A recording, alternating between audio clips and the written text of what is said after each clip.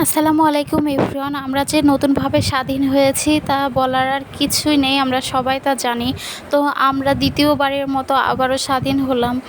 আমরা কিন্তু 1971 সালে মুক্তিযুদ্ধের মাধ্যমে দেশটাকে স্বাধীন করেছিল আমাদের আগের জনগণগুলো। এবার আমরা ছাত্রলীগের মাধ্যমে দেশের জনগণ দিয়ে আমরা আবার দ্বিতীয়বারের মতো আবার দেশটাকে স্বাধীন করলাম। তো আমার কথা হচ্ছে 1971 সালে যে যুদ্ধটা হয়েছিল সেই যুদ্ধটাতে কিন্তু শেখ মুজিবুরের অনেক অবদান ছিল।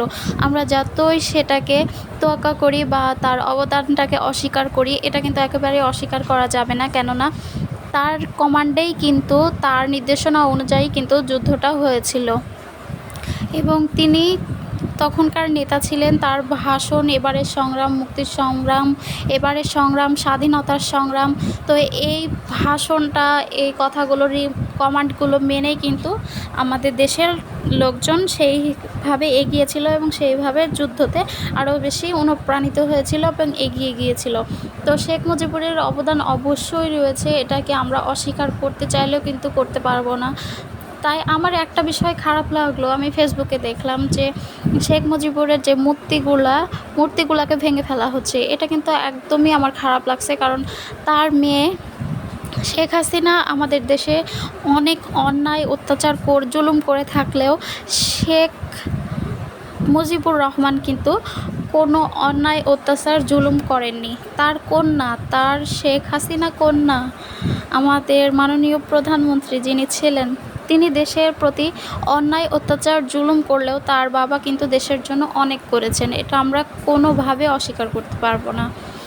তো এ বিষয়ে আমার আর কথা বলার মতো কিছুই নেই। আমার এই বিষয়টা অনেক বেশি খারাপ লাগছে, যার কারণে আপনাদের সাথে শেয়ার করলাম। ওনার মূর্তিগুলো ভাঙা ঠিক হয়নি। উনি তো যুদ্ধ করে দেশটাকে স্বাধীন করেছিলেন 1971 সালে পশ্চিম পাকিস্তানিদের সাথে।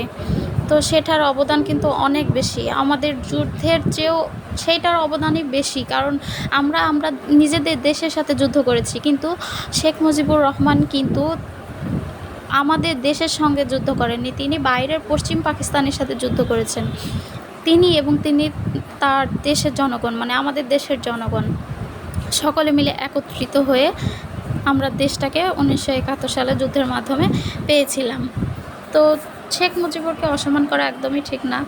তো আজকে আমি রান্না করেছিলাম পুঁই শাক, মাংস এবং ডিম ভাজা। আজকে আমার নন্দাই এসেছিল।